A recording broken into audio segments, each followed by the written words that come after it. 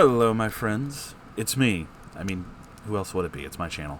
Anyway, I'm here with something pretty cool. I have, for all of you, a continuation of a story from our friend, A Random Teacher. It's been a little bit there, dude. Haven't heard from you in a while. Hope everything's going okay. But we have a part 6 to this story. So, let's get right into it. See what's happening. Alrighty. This is My Journey to Reform a Neckbeard, Part 6. Nesting. That's an interesting title. I'm a little worried, but let's find out.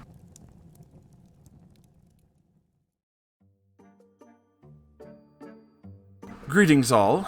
I've returned to tell an unexpected story of me reforming my former but relapsing neckbeard friend Ed. Oh dear, I don't like the sound of this. I honestly didn't expect to have to write this story, but recent events have called for another installment. But before we get into the cast, trigger warning for, let's refer to it as self-ending and manipulation. Yeah. There'll be a TLDR at the end of this story if you want to nope out at any time. As a minor thing for me to get pissed about, not anything that A Random Teacher did, it's just the wonderful state of YouTube.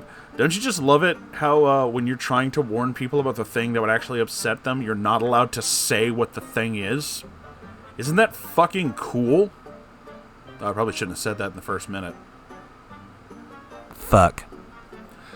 Anyway, here's the cast.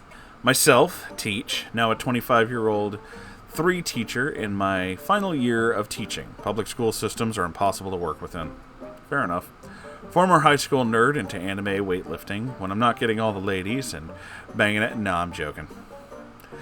Ed, 25-year-old former but relapsing neckbeard, IT manager for a massive company. All-around amazing guy with a great boyfriend. Leah, 22-year-old nerdy boyfriend of Ed. Quite feminine in his dress and how he carries himself, but is extremely loving and supportive of Ed. Aw, that sounds sweet. James, Ed's truck driver father, who's always on the road. He owns the semi he drives, makes great money doing it. Jabba, Ed's fat, slobby hooker, not joking about that part, mother. Oh! Hateful, spiteful, and manipulative. First, if you aren't already up to speed with the story to this point, basically I took a journey to reform a neckbeard who is currently my best friend. I could just write it out, or you could listen to it masterfully narrated by the amazing, soothing Moonhorse. Oh, thank you very much. Or the equally as amazing Cringe Lord Redex. Also a wonderful choice. Someone was nice enough to compile most of the stories into a playlist and can be found here. Now that all that's out of the way, let's get to the story. So this starts in late 2021, around the holiday season. I get a call from James asking to talk about Ed. Honestly, I wasn't sure what was going on. I knew he hadn't been in great spirits after being alone for the holidays this year, but I didn't really think anything of it. Ed was feeling it this year because I live in North Carolina now. James is always on the road, and Leah was taking a trip with his family. So Ed was by himself for the holidays. But I just hop in the call with James, where he tells me that Ed's been reaching to the only family left in the city, Jabba. Oh no. Oh dear. She had recently been hospitalized because she OD'd on heroin. Jesus. And Ed was the only family they could get in contact with. When he got to the hospital to check on her, she laid it on extremely thick with the, "I'm so glad you came to visit me, son. I'm so sorry. And I have no one else left but you. You're the only light in this world." Oh boy. She also told Ed that she did that to, self-end, which was extremely touchy for Ed. Now, Ed had a friend in middle school who had done something similar and told him that he was thinking about doing it. But Ed didn't do anything or tell anybody. To this day, he still blames himself for that. That's not your fault, dude. This also made Ed extremely sensitive to self-ending, especially when he thinks he can stop someone from doing that, no matter who they are. Honestly, at the time, I didn't think I could really do anything for him because that was his decision to make. And he truly believed that she would come around and they might be able to be a family he always wanted. After a few months, Ed gives me a call sobbing that him and Leah broke up. Oh no. And not knowing what to do next. Oh. Takes a couple of weeks to calm him of the situation and get him back into the swing of things. But I couldn't wrap my head around why they broke up, so I decided to give Leah a call. Oh, hey, Teach, how you been? Yeah, I'm pretty good. So what's going on with you and Ed? He says you two broke up. Not really. I still love him, but Jabba is just so terrible that I cannot deal with her anymore. I just had to take a break from the situation. At this time, I didn't know the depths of the situation, and was shocked that the same man who was willing to throw blows at the horrid she-beast was willing to take a break from the mean words after he basically handled her. Well, you know exactly who she was, and you were deep into the situation when you guys were early dating. Honestly, it's pretty selfish to dip out now when you know you weren't strong enough to handle her. Ed's crushed right now, and that's on you, dude. Did you know she moved in with Ed? What?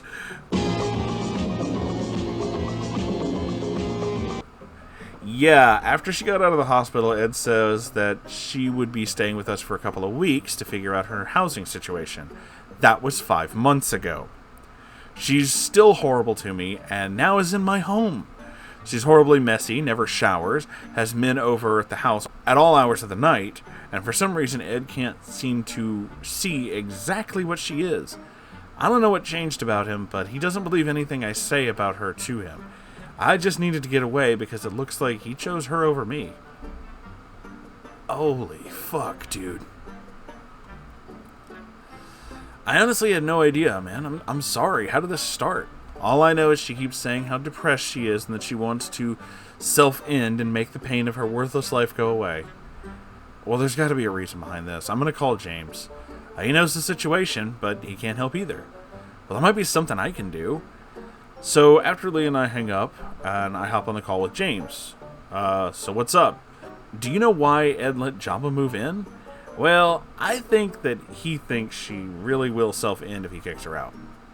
After hearing this, I kind of get an idea about what's going on, but I know that there's nothing I can do about it at the moment, as I had another month of school left. I keep in regular contact with Ed, never telling him that I knew about Jabba moving in. His mood stays stable, but I can always catch glimpses of the slightest hint of sadness in his words. And then summer hits. Rather than booking a flight to Ohio, James just takes me back with the truck. He had a load someone paid him to take from Michigan to Florida, and on his way back, he picked me up as well. The trip back was fine. I did get to stop at a few truck stops with him and get the full trucker experience. But all that aside, we finally hit Ohio and took a good rest. First thing I do is head over to Ed's place, and it has a strangely familiar smell to it, but it was faint. I don't even bother knocking, I just use Leah's key to get in. And a normal-looking house is waiting for me. Dude, what are you doing here? I didn't know you were going to be back in town. You should have told me. We could have planned out the week. Well, I just decided to pop in and surprise you because you seem kind of down. I wanted to cheer you up. Well, no, I'm okay. Well, relax, bro. I need to go back to looking for my cat. It's been 3 days since seen the little asshole, and I don't know what could have happened to him. I just don't go in the basement. I'm still cleaning it. No problem. I'm heading out anyway. I instantly know Jabba's living in Ed's basement, like a real hut living in a cave. And he doesn't want me to know. So I wait until night to explore, and honestly, I should have just not opened the door and waited for her to come up. When I entered the basement, I was instantly hit with the stench of yeast, rotting food, cigarette smoke, and what I can only describe as death. The Febreze plug-ins at the top of the stairs did a decent job of keeping the smell trapped in its nest, but now the door was open, and the smell dick punched in all its path.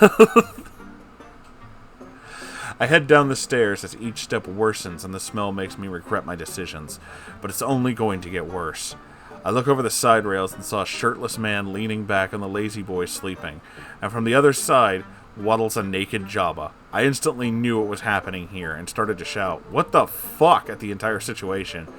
She yells at me to get the fuck out, and I start to sprint up the stairs, but slip on an old pizza box and tumble all the way down. Oh fuck! At the bottom of the stairs, I get the full version of Jabba's new nest, and just see piles of trash and clothes, used condoms all over the place, and sex toys scattered throughout the room.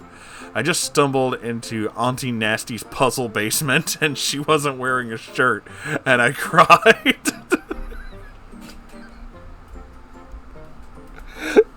Oh my god, dude.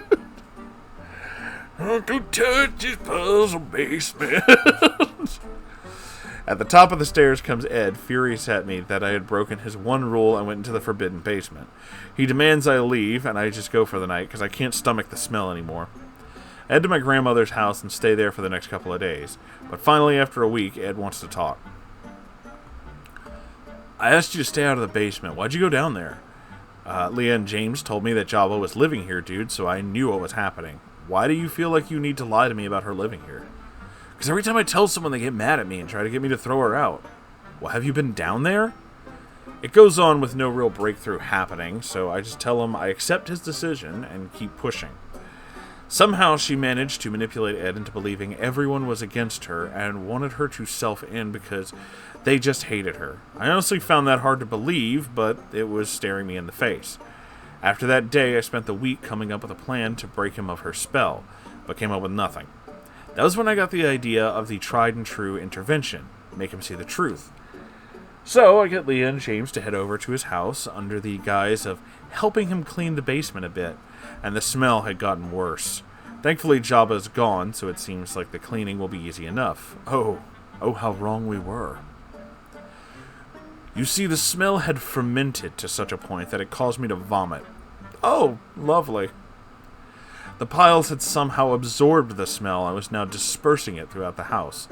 Condoms were now all in a nice pile, and the sex toys were all over the place, but now that I wasn't full of adrenaline, I could notice some things about this room.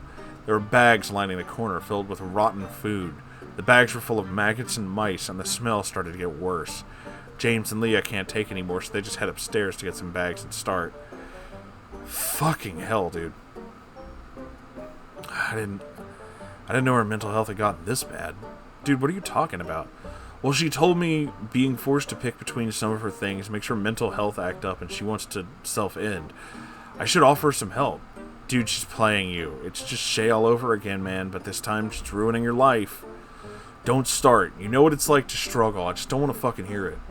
But somehow, through a moment of divine intervention, a mouse runs across my foot and causes me to jerk my leg back. I knock over a stack of bags in the process and sadly reveal a horrible sight. There, dead as a doornail, was Ed's cat that he was looking for. Oh my god. Oh my god. Oh my god, is that your cat? Yeah, I didn't know he was down here. I didn't know. Ed then begins to cry hysterically, and I knew this was my time. Dude, this is what she brought to your home. You allowed this, and now it's time to fix it. Ed is now screaming at me. You think I wanted this shit to happen? You weren't around. Dad's always gone. Leah left me and Mom was there. You think I wanted my fucking cat to die? How stupid are you? Oh, jeez, dude. So then I start arguing with them. Well, then tell me exactly how this happened in your home. Your boyfriend left you because you allowed that troll to push him away. Your cat died because you let this troll build a horde down here. This is all the result of your actions. Ed and I then start going at it until his anger breaks and he throws a punch at me. Honestly, I kind of expected this, so I was prepared, and we kind of fought for a few minutes until I managed to get him pinned. Are you fucking done? At this point, he's crying again. I never wanted any of this, man. I just don't have anyone left. Oh, jeez, dude.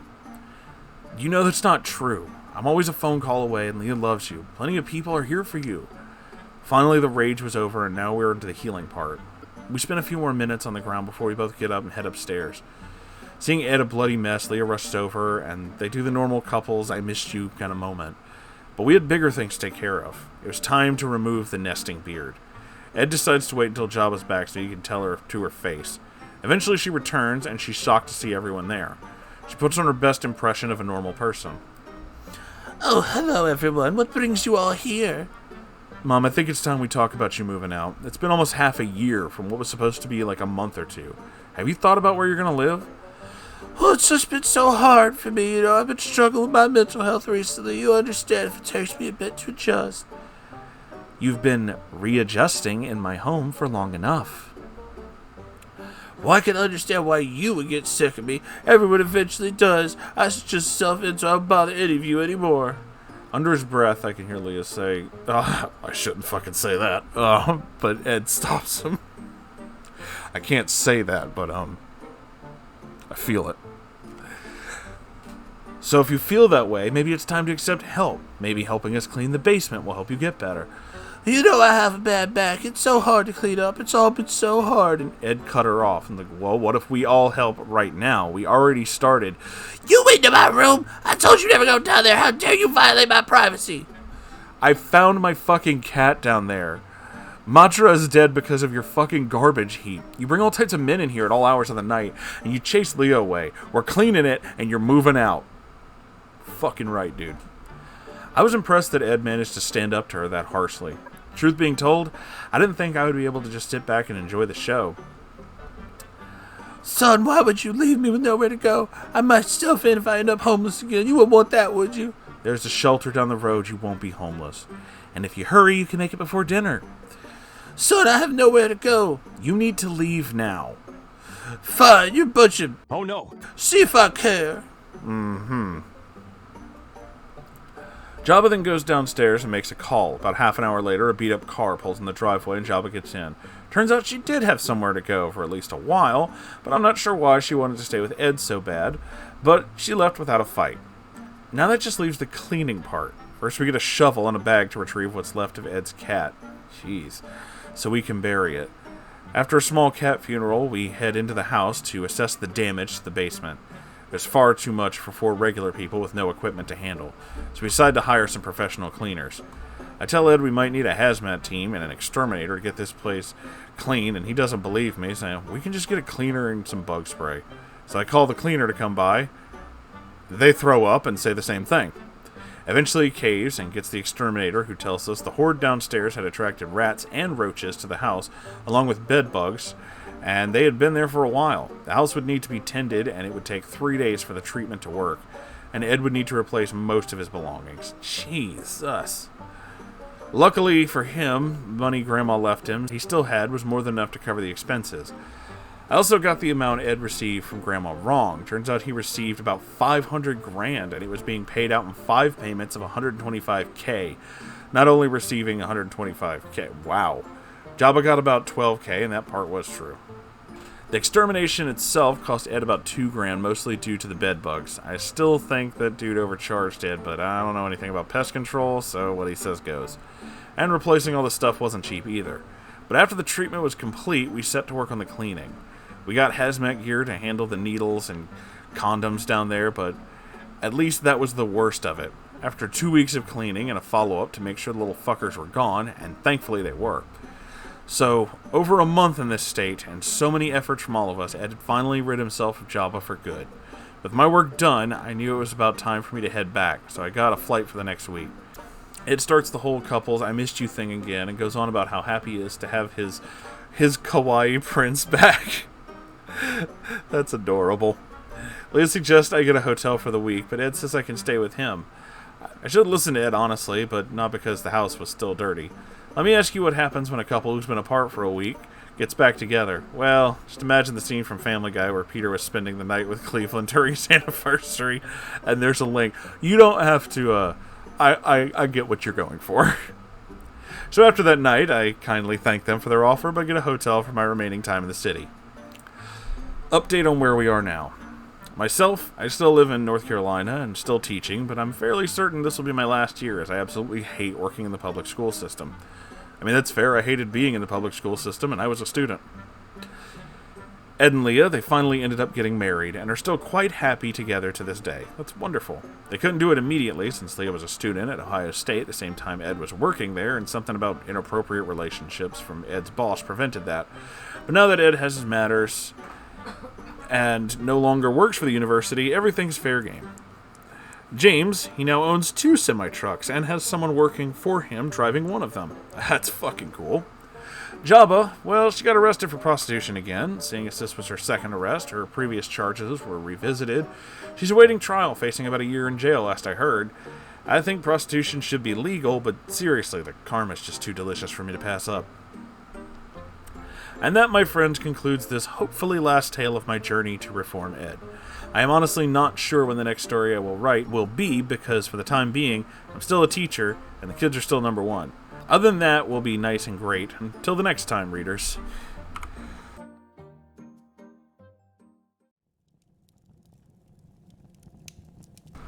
Whew. Okay, there's a lot with this one. So first off, yes, I think you're right, random teacher, that Jabba's pure manipulation was based on Ed's fear. I have seen that a few times before. This is not a new thing, and yeah, I'm pretty sure that's 100% what was going on with that. Was just anything to prey upon this fear that Ed had from someone self-ending like that, and Ed blaming himself, even though it really wasn't his fault. Secondly, I think a lot of specifically wanting to stay there was to mooch off like the money and safety of that house. Specifically knowing that Ed had maybe not as much, maybe not known the exact amount, but knew that this was someone who was stable and she could use that. Some people do that shit. Some people are just fucking lowlifes like that. They just mooch off of people without doing anything to, like, try to better themselves or try to even contribute. Like, you know, it's shitty, but I think that might be it. But yeah, I am glad that you were able to get the horrid creature out of the basement. The irony of the Neckbeard living in the basement was not lost on me. But yeah, holy shit, dude. That is some wild shit. And this whole thing as well, I realize that this may not be something, I don't know, you guys may not be the kind who want to reach out or be a part of a lot of these communities, but, you know, with Ed saying that he didn't have anyone to talk to, I mean, we're not psychological professionals or anything, but, you know, if you ever need someone to talk to, bro, the entire Moon Cult is always here. We're always here. And we'd be more than happy to have you join us and hang out and talk with us whenever you want. So, with all that being said, I think this is where this video ends. So thank you all for being a part of this. If you enjoyed this, make sure you do the YouTube thing. You know, like, comment, subscribe. Mainly because YouTube doesn't like it. Because I'm like a, you know, piece of shit little channel. But fuck them. Do it anyway. Do it out of spite. It's more fun that way. I have a Ko-Fi and a merch store, which is the best way to support this channel, because much like PBS, this channel is brought to you by viewers like you. If you would like to see these things being recorded live, every week we do a live stream. On Monday nights, there are people who will get on a live stream and watch me record this. They're right there. You can't see them, but they are there. You also can't see me. I'm pointing to where they are. I don't know why I'm doing this. And if you have your own story that you would like to send me of whatever strange things are going on in your life, go for it. r/Moonhorse stories. I check it, usually on Monday, and maybe it'll get turned into a video. Who knows? Either way, I love you all so very much, and I'll see you in the next episode. Goodbye, everybody.